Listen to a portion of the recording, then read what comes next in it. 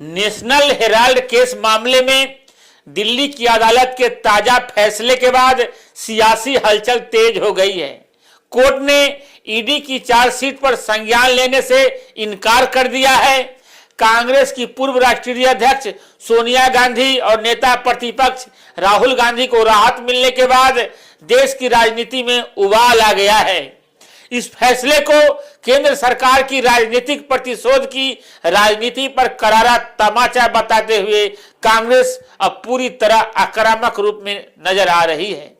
कांग्रेस अध्यक्ष मल्लिकार्जुन खड़गे से लेकर सभी कांग्रेस के बड़े नेताओं ने प्रधानमंत्री नरेंद्र मोदी और गृह मंत्री अमित शाह से इस्तीफे की मांग की है। दिल्ली कांग्रेस प्रदेश अध्यक्ष देवेंद्र यादव ने तो भाजपा सरकार के खिलाफ जमकर विरोध प्रदर्शन किया है। इस दौरान पुलिस और देवेंद्र यादव के बीच गहमा गहमी देखने को मिला। पुलिस में देवेंद्र यादव को डिटेन करके ले गई। इसके साथ ही संसद से सड़क तक कांग्रेस ने प्रदर्शन किया है। संसद परिसर में कांग्रेस सांसदों ने बैनर पोस्टर के साथ प्रोटेस्ट किया, जबकि अलग अलग राज्यों में भी कांग्रेस नेता और समर्थक सड़क पर उतरे। अहमदाबाद में भी प्रदर्शन हुआ। चंडीगढ़ और रायपुर में भी कांग्रेसियों ने सरकार के खिलाफ मोर्चा खोला। रांची में कांग्रेस कार्यकर्ताओं ने भाजपा कार्यालय को घेर लिया। आगे इस पूरे मामले को और डिटेल में समझेंगे, साथ ही कांग्रेस के सभी नेताओं ने किस प्रकार प्रतिक्रिया दी है उसे भी आपको बताएंगे। बाकी खबर शुरू करने से पहले आप सभी को नमस्कार। आप देख रहे हैं जनमत की पुकार आर.के. जायसवाल के साथ। नेशनल हेराल्ड केस एक बार फिर सुर्खियों में है, लेकिन इस बार वजह गांधी परिवार के लिए राहत भरी है। दिल्ली की राउज एवेन्यू कोर्ट ने इस मामले में ईडी की तरफ से दाखिल मनी लॉन्ड्रिंग के आरोप पर संज्ञान लेने से इनकार कर दिया। विशेष जज विशाल गोगने ने अपने आदेश में कहते हैं कि इस मामले में ईडी की चार्जशीट एक निजी व्यक्ति की शिकायत पर आधारित जांच के आधार पर दाखिल की गई है, न कि किसी प्रेडिकेट ऑफेंस यानी मूल अपराध से जुड़ी एफआईआर पर। कानून के तहत ऐसी स्थिति में मनी लॉन्ड्रिंग के आरोपों पर संज्ञान लेना उचित नहीं है।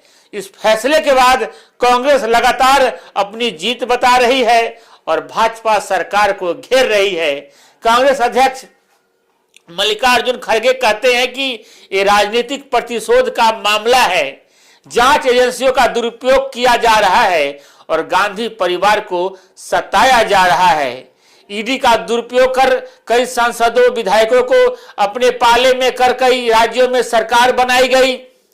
खड़गे कहते हैं, हम कोर्ट के फैसले का स्वागत करते हैं। सत्य की हमेशा जीत होती है। उन्होंने पीएम मोदी और अमित शाह से सीधे इस्तीफे की मांग की है।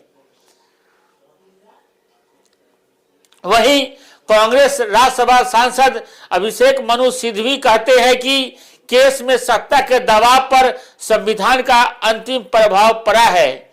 2021-2025 के बीच में ईडी ने राहुल गांधी को 50 घंटे, खड़गे को 6 घंटे, सोनिया गांधी को 8 घंटे पूछताछ के लिए बुलाया।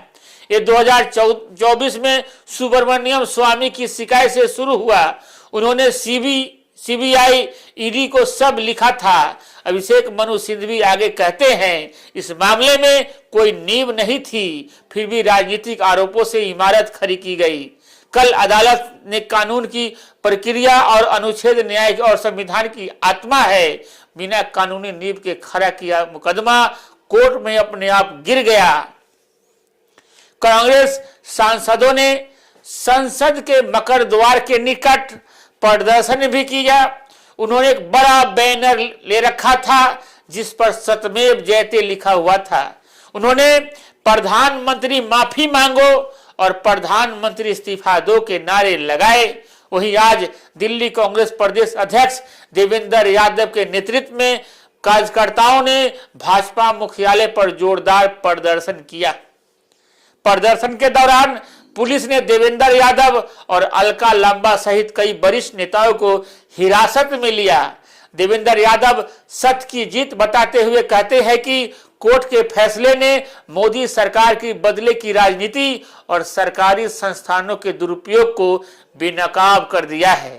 देवेंद्र यादव आगे कहते हैं कि भाजपा ने विपक्ष की आवाज को हमेशा दबाने का काम किया है।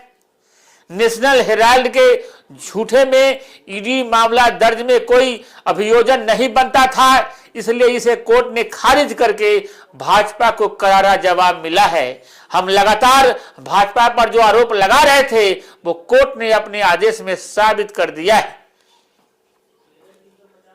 अब सवाल उठता है कि ये नेशनल हेराल्ड केस आखिर है क्या। इसके बारे में जान लीजिए। पूर्व प्रधानमंत्री पंडित जवाहरलाल नेहरू ने 1938 में नेशनल हेराल्ड अखबार शुरू किया था, जिसे एजीएल नाम के कंपनी चलाती थी। समय के साथ यह कंपनी भारी घाटे में चली गई और 2008 में अखबार बंद हो गया। इस दौरान एजीएल पर कांग्रेस पार्टी का करीब 90 करोड़ रुपए का कर्ज हो गया था। 2010 में सोनिया और राहुल गांधी के मालिकाना हक वाली एक नई कंपनी यंग इंडियन बनाई गई। आरोप है कि इस कंपनी ने कांग्रेस पार्टी को महज 50 लाख रुपए देकर एजेएल का 90 करोड़ का कर्ज अपने नाम ट्रांसफर करवा लिया है। इसके बदले में यंग इंडियन को एजेएल की 2000 करोड़ रुपए की संपत्तियों का कंट्रोल मिल गया। इस पूरे मामले का खुलासा पूर्व सांसद सुब्रमण्यम स्वामी ने किया।